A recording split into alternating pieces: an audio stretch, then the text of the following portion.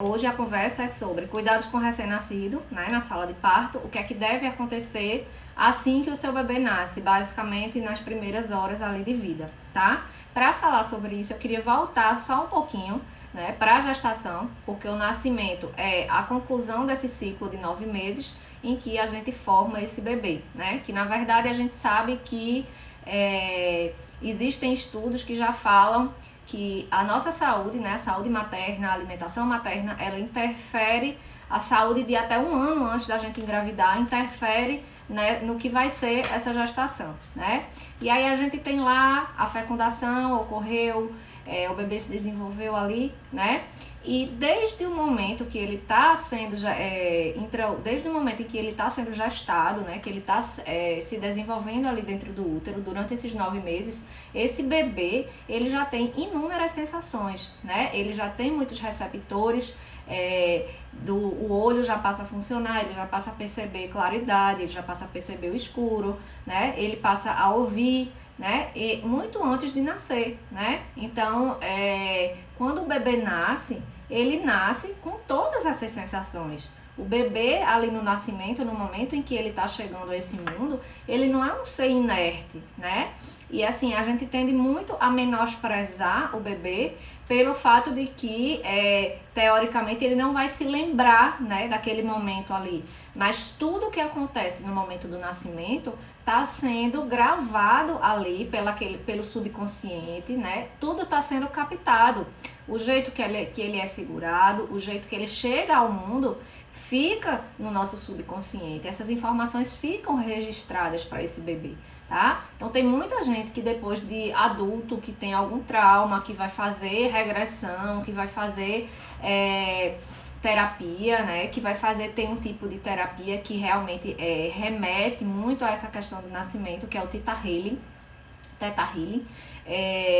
que muita gente descobre traumas que provém justamente desse momento do nascimento, tá? Então, o momento do nascimento é tão importante para o bebê quanto é importante para vocês, tá? Então, a gente não tem que desmerecer esse momento do nascimento para o bebê, tá? E não tem muito relação com a via de parto, não. Mesmo que seja um parto cesariana, ele precisa ser um parto respeitoso, essa criança precisa ser recebida de uma forma respeitosa, de uma forma tranquila, de uma forma que não impacte tanto, né? E que não cause tantas sensações ruins para esse bebê, né? Como, por exemplo, num ambiente muito frio, num ambiente muito iluminado, com algumas medidas que a gente sabe que hoje são desnecessárias, né, nesse primeiro momento, tá? Então, a gente começa falando sobre isso, tá?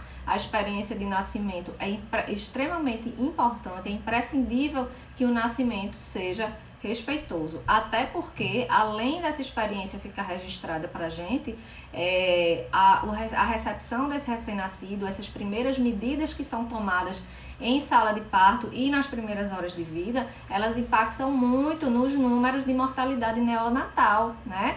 Então, a gente precisa também pensar, enquanto política de saúde pública, em medidas que minimizem aí o índice, né, de mortalidade neonatal, que é extremamente impactante também. Assim como a mortalidade materna é impactante, a mortalidade neonatal também é um problema de saúde pública, né, e é extremamente preocupante, tá?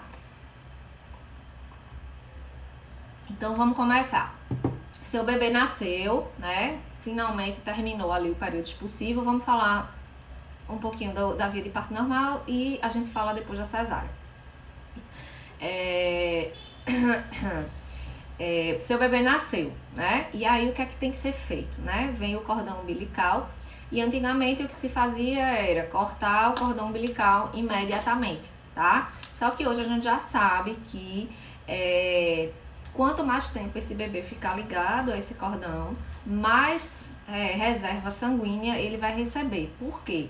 Porque ele recebe sangue de onde? Da placenta, né? A placenta é um órgão que se forma junto com a fecundação, junto com a gestação. Ela vai se formar ali, ela vai passar 9 meses nutrindo esse bebê de água, de comida, de imunidade, né? De oxigênio. e ela tem um potencial de acumular e de circulação sanguínea bastante grande. A placenta, para quem nunca viu, é um órgão grande, tá? Então tem uma reserva de sangue ali ainda circulando na hora que o bebê sai. E a gente precisa esperar um tempo para que essa reserva de sangue que está na placenta, ela passe para o bebê, tá? E isso, os estudos já dizem que o clampeamento tardio do cordão, ou seja, se esperar 3 a 6 minutos ou até o cordão parar de pulsar, ou numa situação ideal com a equipe humanizada, tem equipe que espera a primeira hora inteira, bota o bebê em cima da mãe e essa primeira hora é respeitada, não tem necessidade. O fato de não cortar o cordão umbilical não traz nenhum prejuízo, pelo contrário, traz mais vínculo, a gente deixa a criança em cima da mãe. O cenário ideal seria não se mexer nessa criança, pelo menos durante essa primeira hora, até que essa regulação de temperatura da criança aconteça, né? Eu vou falar um pouquinho mais pra frente. E o ideal é que pelo menos se espere 3 a 6 minutos. Para que essa reserva de sangue da placenta consiga passar para o bebê e o bebê fique com o melhor aporte de sangue, consequentemente de ferro, de ferritina, das células que são importantes para que ele respire melhor, para que ele tenha um hemograma melhor, né, para que ele não faça anemia ali entre 3 e 6 meses de vida, tá? Então, isso previne anemia, né, no bebê ali entre 3 e 6 meses de vida, tá? E pra gente também é importante.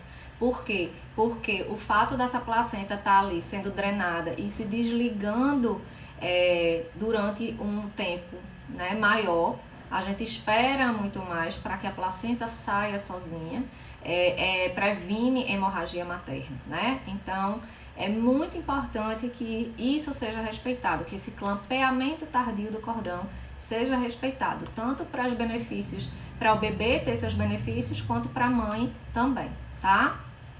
Em relação ao pele a pele, né, que é vamos dizer assim, a medida mais importante dessa primeira hora de vida, né? Alguém vai pegar, a única pessoa que deve tocar nesse bebê é a pessoa que recebe o bebê, né? Na hora que ele sai do canal vaginal, ou a própria mãe, enfim, a mãe tem a opção de pegar o bebê, vocês têm a opção de receber o bebê de vocês, ou quem quer que seja que pegue, que receba. Qual é a primeira providência? É exatamente pegar o bebê e colocar em cima da mãe, tá? E por que se fala tanto em colocar o bebê em cima da mãe? Por que se fala tanto nesse contato pele a pele? Porque esse contato pele a pele, quando o bebê nasce, ele não sabe muito ainda regular a temperatura dele. O nosso corpo, ele vai se autorregulando à medida que a gente vai tendo essa adaptação ao ambiente fora do útero, tá? E nessa primeira hora, o bebê, ele tem a cabeça ainda muito maior, proporcionalmente, do que o corpo, e ele perde muita temperatura e mais fácil, de forma mais fácil, porque ele não se autorregula. E esse contato com o corpo, a pele da mãe, é que vai fornecer para ele esse calor que ele precisa nesse primeiro momento, tá? Então,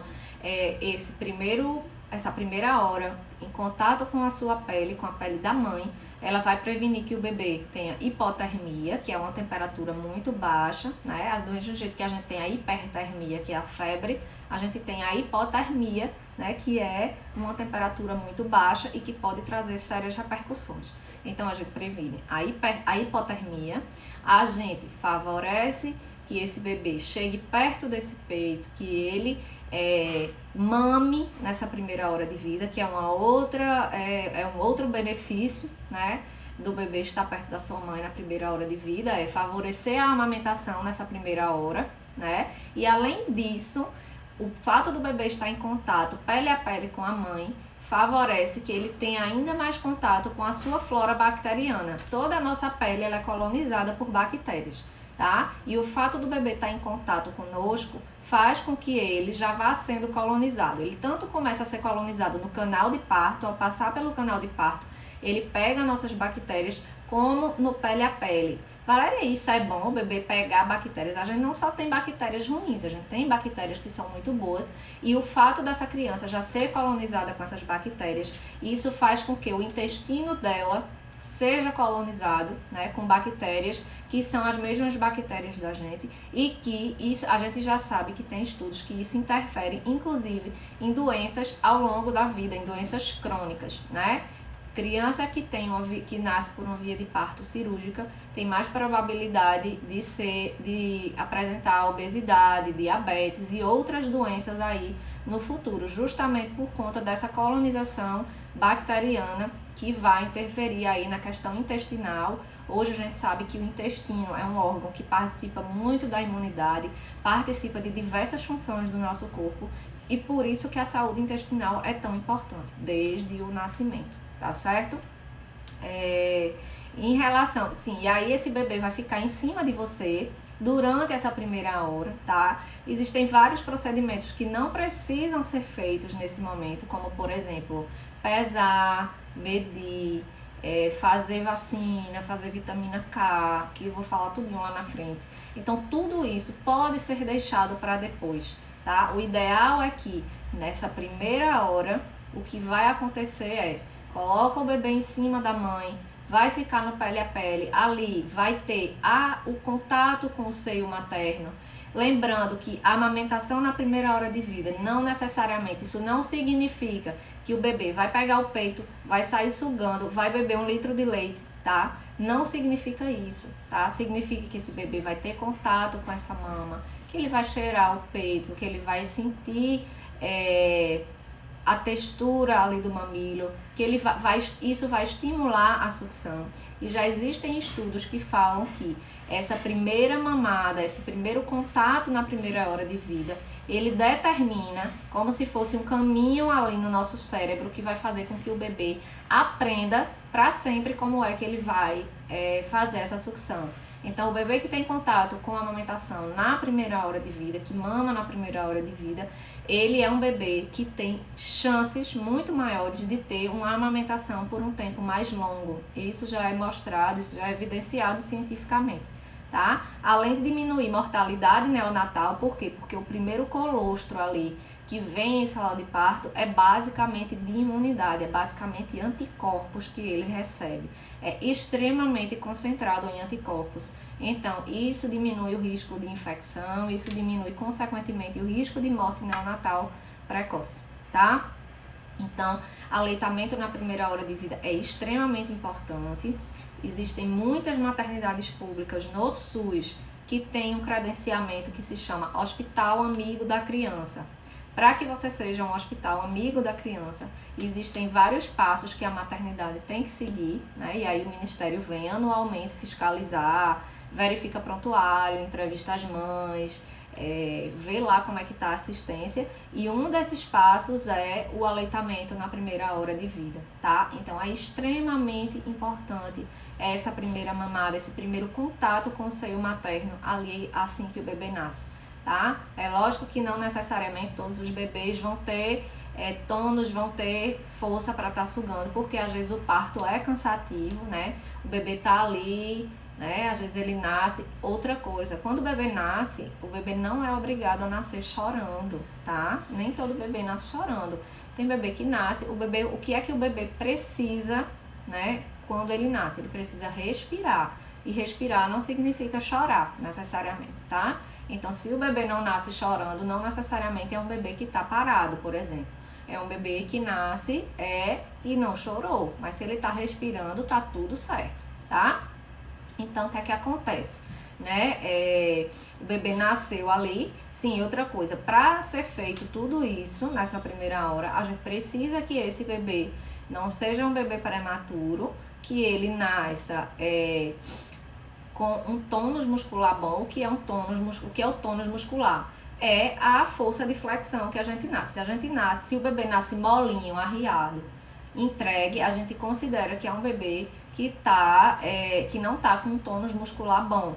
E o bebê precisa nascer e respirar, tá? Se o bebê não está respirando, se é um bebê prematuro, se é um bebê que nasce todo molinho, o que é que vai acontecer? Esse bebê ele vai precisar ser reanimado, tá? Por quê? Porque a gente considera que um bebê nessas condições está com a frequência cardíaca muito baixa ou já está em parada cardiorrespiratória. Então, esse bebê vai precisar ser reanimado, tá? E é por isso que se dá aquela notinha que a gente chama de Apgar, né? Que geralmente vocês veem lá no cartão da criança.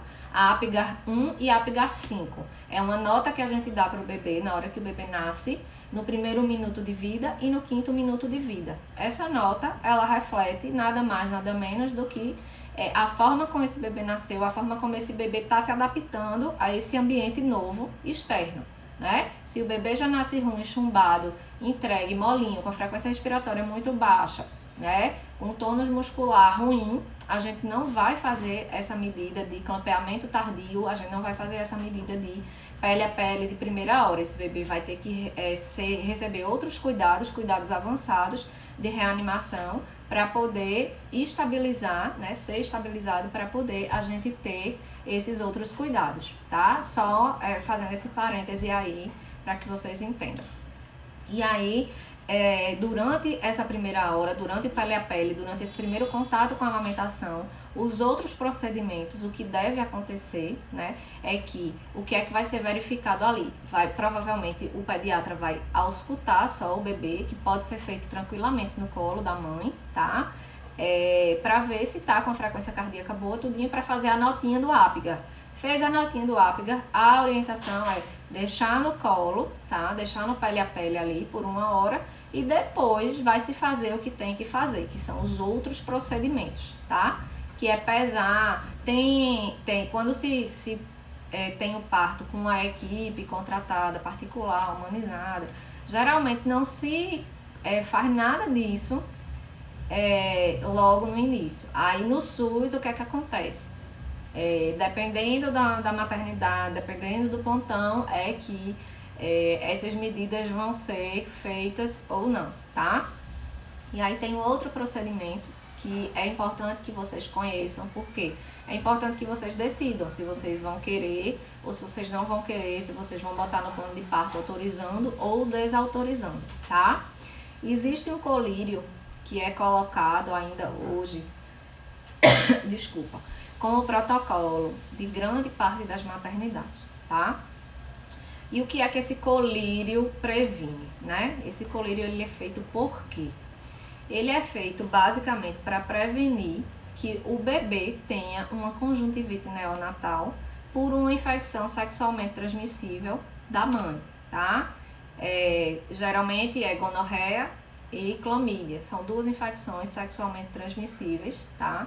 E que podem causar esse tipo de conjuntivite neonatal e que pode ser grave, realmente pode ser uma infecção bastante grave, tá? Só que isso é uma lei, tá? É uma lei de 1970, ultrapassada, muito antiga, quando no Brasil a gente tinha uma grande incidência de gonorreia e de clamídia, tá? E aí o que é que aconteceu? Virou lei e virou protocolo nacional de que todo mundo, todos os bebês que nascessem, inclusive por parte cesariana, tinha que botar o famoso colírio lá, tá? Só que o que é que acontece? A grande maioria das maternidades usa o colírio que é composto por nitrato de prata. A substância do colírio se chama nitrato de prata. Só que esse colírio, ele previne esse tipo de conjuntivite, só que ao mesmo tempo ele é muito forte e ele é extremamente agressivo, porque ele também causa um outro tipo de conjuntivite chamada conjuntivite química, tá? Ele é como se ele queimasse também o olho da criança. Então, o que é que acontece? Se você está fazendo pré-natal e fez cultura de secreção vaginal, não tem nenhuma infecção, sabidamente no pré-natal, não tem nenhuma infecção, nenhuma doença sexualmente transmissível, até porque a gonorreia e a clamídia, elas têm muitos sintomas, né? Um corrimento extremamente purulento, com mau cheiro em grande quantidade, tem dor na relação sexual, tem ardência no canal vaginal, então ela não passa, assim, não tende a passar despercebida. E além de tudo, se no pré-natal você fez cultura de secreção vaginal, não tem nenhuma infecção sexualmente transmissível, não foi detectado nenhum tipo de infecção, qual é o motivo de se fazer o colírio, né? Então, assim, o colírio não é indicado para mães que não têm gonorreia ou clamídia, ponto, tá? E aí existem outros colírios, tem maternidade que tem colírio de antibiótico, que é a tetraciclina, tem maternidade que tem o colírio de iodo, tá? Que é o mais adequado, teoricamente, é o iodo. Mas a grande maioria é nitrato de prata, que é a famosa CREDE, ou credeização, tá? E aí os meninos saem do hospital, eu não sei se vocês já viram, mas quem trabalha em área de saúde pega constantemente recém-nascido que chegou em casa, depois de 2, 3 dias começa o olho do menino a remelar, a ficar pregado, completamente pregado, faz a conjuntivite química justamente por quê? Porque teve o colírio lá, recebeu o colírio lá na maternidade na hora que nasceu. Então, é desnecessário se a mãe tem comprovação de que não tem nenhuma doença sexualmente transmissível, tá? Isso é bem importante de ser colocado no plano de parto, porque isso é feito como rotina em todas as maternidades, tá certo? E aí, geralmente, quando você diz que não quer que o bebê receba o colírio, pode ser que lhe mandem assinar lá um termo, dizendo que você não quer e que se seu bebê tiver conjuntivite neonatal, você está responsável por isso, tá? Então, se preparem para isso também, mas é completamente desnecessário, tá? Existe a aplicação de vitamina K, tá? Que é um outro procedimento que é feito, que nas primeiras 12 horas e geralmente se faz em sala de parto, que é uma vitamina, né, aplicação, que pode ser intramuscular, pode ser oral, mas em maternidade pública é 100% intramuscular, é como se fosse uma vacina, tá? É uma injeção e ela previne hemorragia no bebê, né? O que é que acontece? Durante a gravidez e pela placenta, a gente não tem uma boa passagem de vitamina K, tá? Então, naturalmente, os bebês já nascem com a deficiência dessa vitamina K, já nascem com pouca vitamina K no sangue. E vitamina K é uma vitamina essencial para a gente fazer coagulação do sangue, ou seja, para a gente não sangrar até morrer. Então, se o bebê tem uma deficiência natural de vitamina K, ele naturalmente tem uma probabilidade maior de fazer alguma doença hemorrágica, tá? Sangrar, de ter sangramento. E aí, o índice de doença hemorrágica no recém-nascido é bem baixo, mas se a gente pode prevenir de alguma forma, né, a gente previne. E aí a forma de prevenir é aplicar essa vitamina K na hora do nascimento, ali nas primeiras 12 horas de vida, tá? E aí o que é que acontece? Essa vitamina K ela pode ser feita intramuscular, tá? Você pode autorizar que seja feita no seu colo, de repente ainda no pele a pele, mas ela pode tranquilamente ser deixada para depois que passa essa primeira hora de vida, tá? E tem as opções de se fazer por via oral em 3 doses. Só que essas doses por via oral, tipo, você teria que levar para a maternidade, porque a maternidade não vai ter. Para quem vai ter parto em casa, para quem vai ter parto com a equipe contratada, isso pode ser feito. Você pode mandar manipular e aí leva as 3 doses de vitamina K, para quem não quer que o bebê seja furado, vamos dizer assim, né? E aí é uma dose no nascimento, uma dose na primeira semana de vida e uma dose com 30 dias de vida, tá?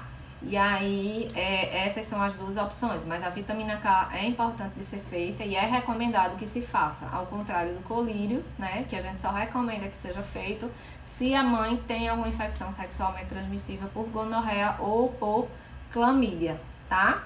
Uma outra coisa importante e que no Brasil e nas maternidades públicas ainda é feito de rotina é o banho do bebê, né?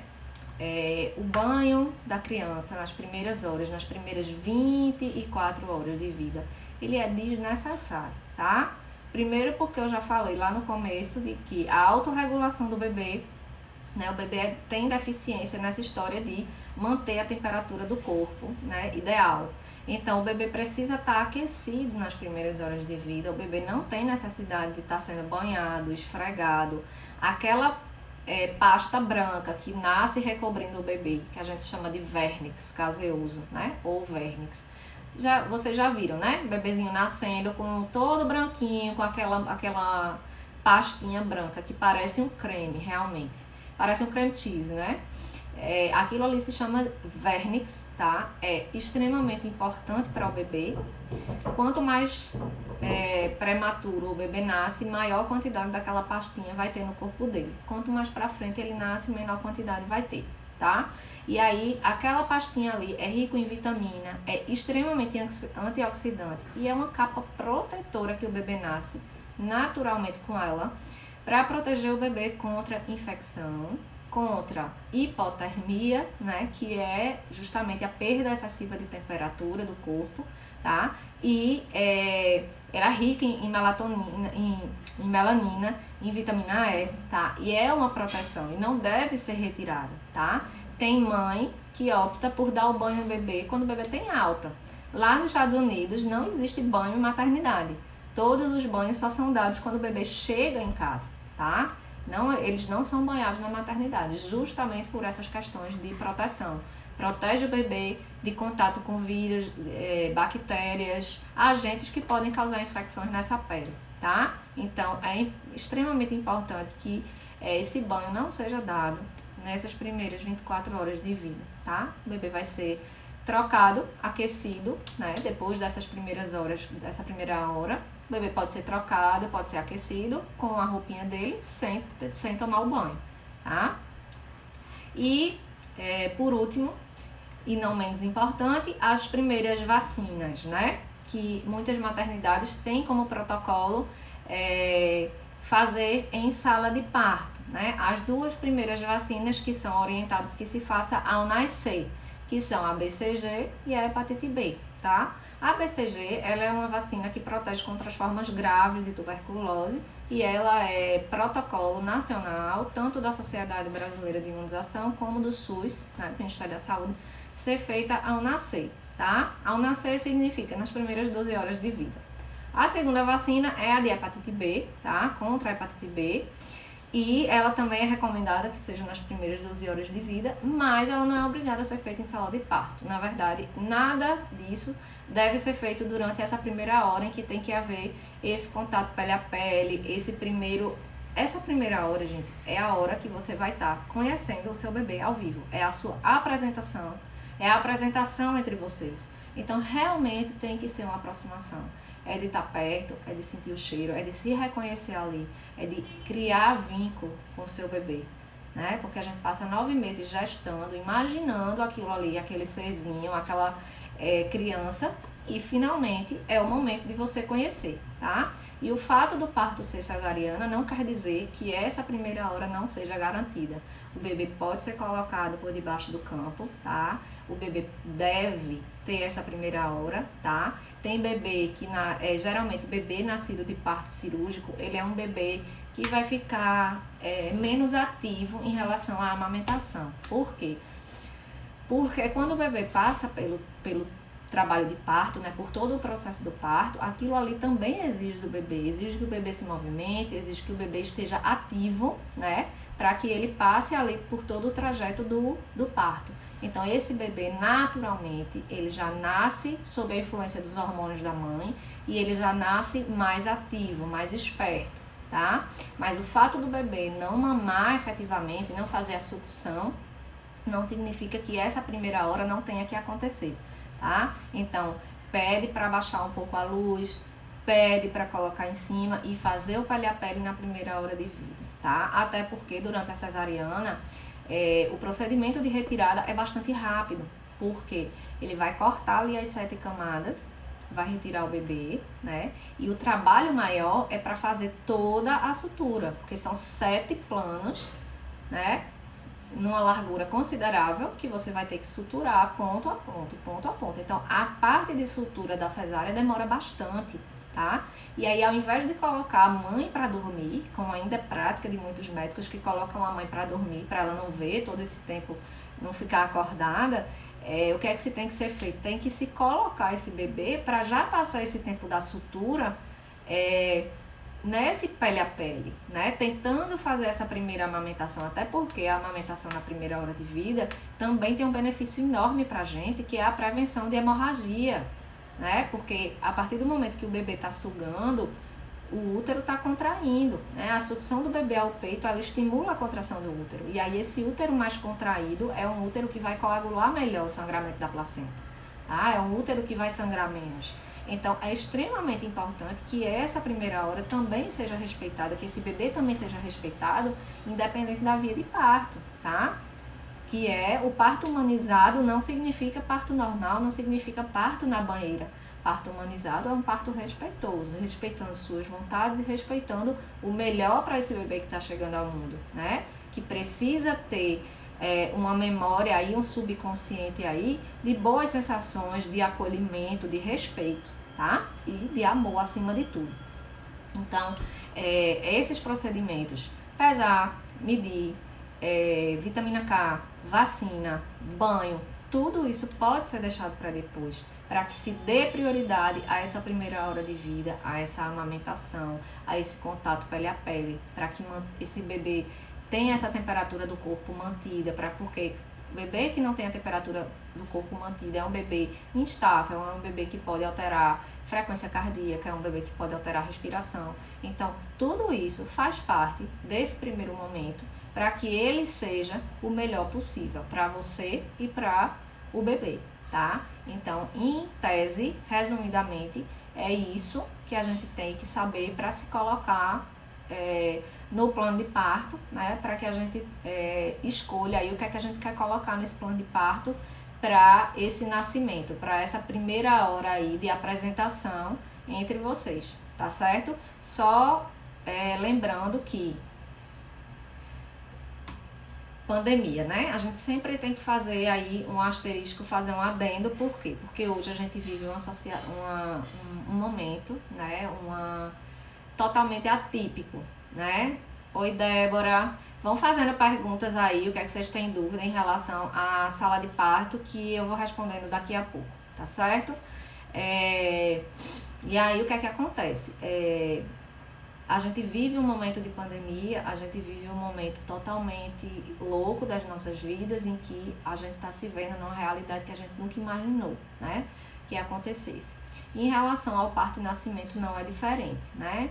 Vai ter que ter o uso da máscara, vai ter que ter a equipe toda paramentada, né? A gente que trabalha com assistência à gestante e ao parto, ao recém-nascido, é uma coisa que a gente preza muito, é a empatia, é estar junto da pessoa, é receber esse bebê com o máximo de cuidado possível, né? Mas hoje em dia, infelizmente, a gente está muito separado, né? Por essas barreiras físicas de máscara, de óculos de proteção, né? E aí você não consegue ter uma real noção até do sentimento que a outra pessoa, do que a outra pessoa está querendo passar. Por quê? Porque está todo mundo fechado, né? Em equipamento, e proteção e tudo. Mas, infelizmente, tem que ser assim, tá? E aí eu falei isso tudo para chegar no ponto de que mães suspeitas de Covid no momento do parto tem toda uma outra recomendação, tá? Tanto em relação à primeira hora, como em relação à amamentação. A amamentação nem tanto, porque a amamentação ela vai ser mantida, independente de Covid ou não Covid.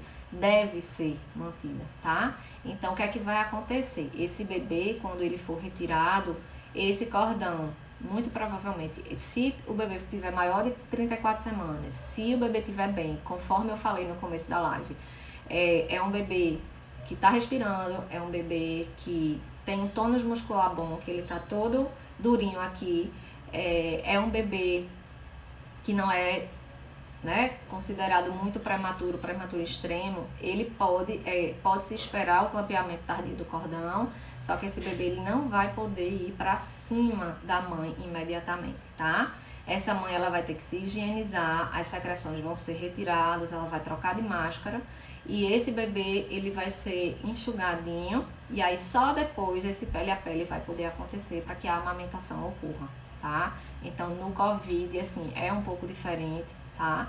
E se o bebê nascer ruim, se o bebê nascer chumbado, se a frequência cardíaca do bebê estiver alterada ou qualquer outra questão, esse bebê vai precisar ser levado, né, para ser estabilizado e essa primeira hora ela não vai ser garantida. Infelizmente, essas questões benéficas aí, elas não vão poder acontecer.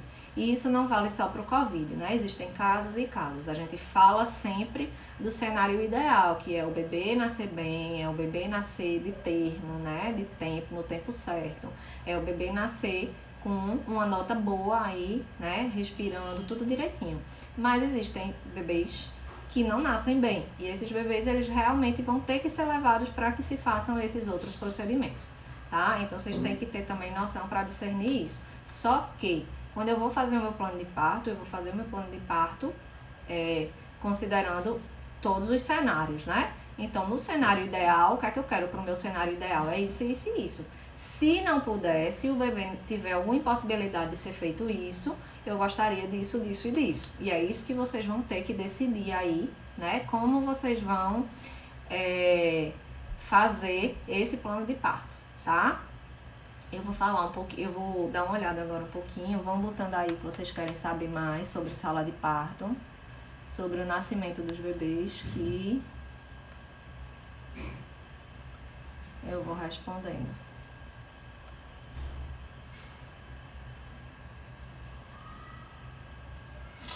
Débora, vai ficar salvo. A gente, geralmente, quando termina a live, eu salvo. Aí depois a gente dá uma editada e bota a capa e eu disponibilizo lá no feed, tá bom? Mas se você tiver alguma dúvida, pode mandar que eu volto. Quando nasce, que eles ficam limpando com pano o bebê, pode ou também retira? Não, retira. O ideal é que não é que você vá receber. O que é que tem que ser feito? Não é enrolar o bebê num pano e colocar em cima de você. O contato tem que ser pele com pele. O bebê tem que ficar em cima de você, tá? Então, se enrola o bebê num pano, você já perdeu esse contato, né? Você já perdeu uma boa parte desse contato, que só vai ficar isso aqui do bebê de fora, né? Então, você não tá fazendo um contato pele a pele. Então, é realmente tirar do canal de parto e botar em cima, tá? Quer botar um paninho em cima? Bota por cima. Mas o tórax do bebê, o bebê tem que estar pele com a mãe, tá?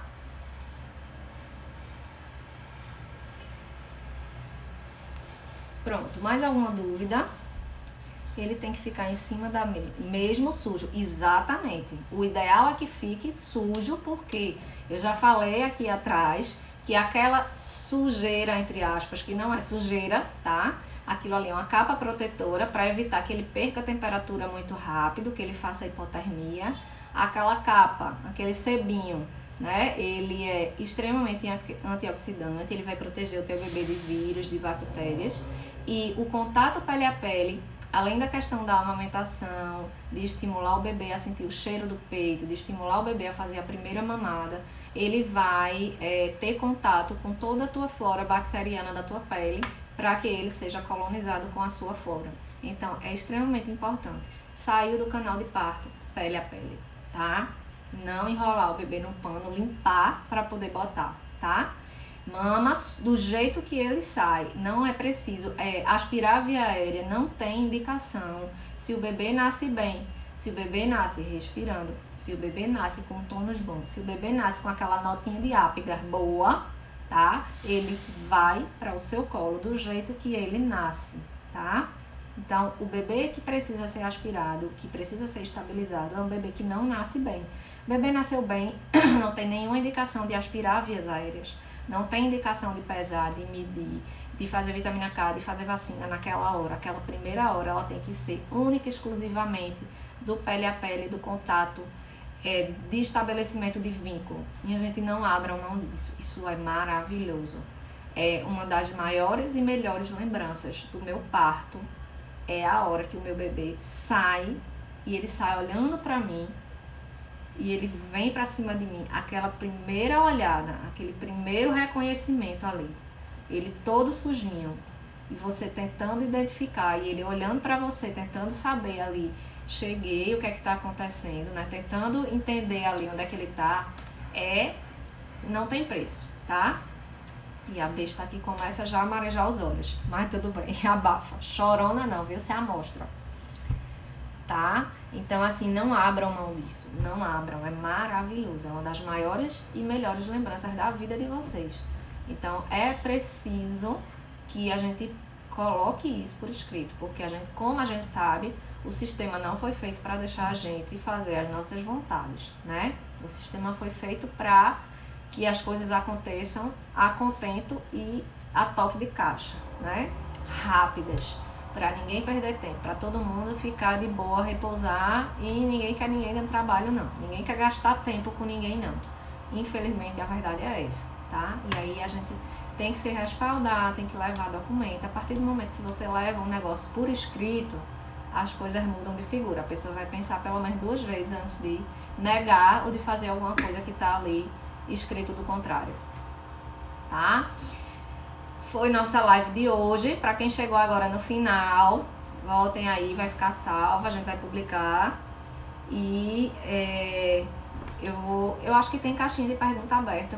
Botem lá se ficou mais alguma dúvida, se vocês têm mais alguma dúvida em relação ao que colocar no plano de parto, a esses procedimentos que tem que esperar. Vocês deixam lá na caixinha que eu vou respondendo ao longo do dia, tá bom? Beijo, beijo. Mais uma vez foi um prazer estar aqui com vocês. Apareçam mais, assistam, interajam nas lives, tá? Vocês precisam estudar, porque depois que acontece, o leite tá derramado e não volta, tá? Parto é uma coisa que não volta e é uma lembrança que fica pro resto da nossa vida. Eu morro de falar isso, mas não dá pra parar de falar, porque realmente é o que faz diferença. É estudar e se preparar, tá? Verdade, meu plano de saúde é uma loucura, então esse plano de parto eu deixo na última consulta com a obstetra, eu levo pra cirurgia. A sua obstetra é que vai estar com você no parto. Se for, o ideal é que você discuta já o plano de parto com ela bem antes da última consulta, tá? Na verdade, você tem que ir pactuando com ela. Se você tiver plena confiança nela e que ela vai seguir o que você quer, em alguns casos não precisa do plano de parto, mas o ideal é que você discuta com ela e que ela assine o seu plano de parto. Se você for parir com o plantão, você vai levar o plano de parto. Eu indico sempre que leve 3 vias, uma para dar entrada lá no momento do internamento, outra você deixa no seu leito lá onde você tá, porque aí todos os profissionais que forem lhe avaliar, eles vão ter acesso e vão ficar cientes da sua vontade. Então, para não ter a desculpa de dizer, eu não vi o plano de parto, o plano de parto se perdeu em algum momento. Deixa o plano de parto lá no leito onde você tá? E a outra cópia assinada fica com você, para fins de comprovação, né? Se você quiser algum dia ter alguma prova, alguma coisa, a outra cópia fica com você, tá? Então, e aí quando o parto é ou pelo SUS, independente de ser SUS ou maternidade privada, se você vai parir com o plantonista, se o médico que fez o seu pré-natal não é, ou o enfermeiro que fez o seu pré-natal não é a pessoa que vai estar lá na maternidade no momento do seu parto, você vai levar o plano de parto do mesmo jeito e no momento do internamento você vai apresentar esse plano de parto, tá? Vai mostrar, vai dizer que levou e vai pedir para que o responsável assine, tá?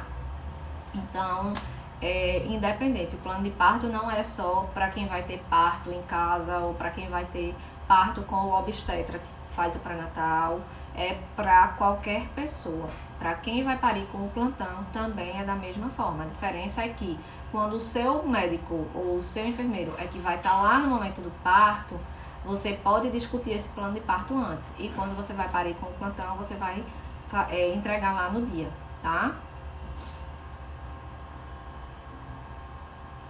Meu medo é esse, não respeitarem o plano de parto. Por isso que é importante que o seu acompanhante esteja tão ciente das suas escolhas quanto você. Saiba por que está sendo escolhido isso, saiba o que é que você quer. Porque no momento que você estiver em trabalho de parto, no momento que você estiver na partolândia, você não vai estar em estado emocional adequado para decidir nada. Então é importante que o seu acompanhante lute e brigue por tudo aquilo que está escrito naquele plano de parto, para que ele saiba o que é que pode acontecer, para que ele consiga identificar, né, uma violência obstétrica, para que ele consiga identificar algum procedimento que está sendo feito ali caladinho, na surdina, né, para que ele tenha esse olhar crítico de entender o que é que está acontecendo, para que ele possa brigar e lutar pelas suas vontades, pelas suas escolhas, tá? O médico plantonista, exatamente. O responsável é o médico plantonista. Geralmente você, assim, entrega na hora da admissão lá, na classificação de risco ou no internamento e pede para que o médico plantonista assine, tá? Beijo, beijo. Até quinta. Espero vocês, tá bom? Tchau. Até semana que vem.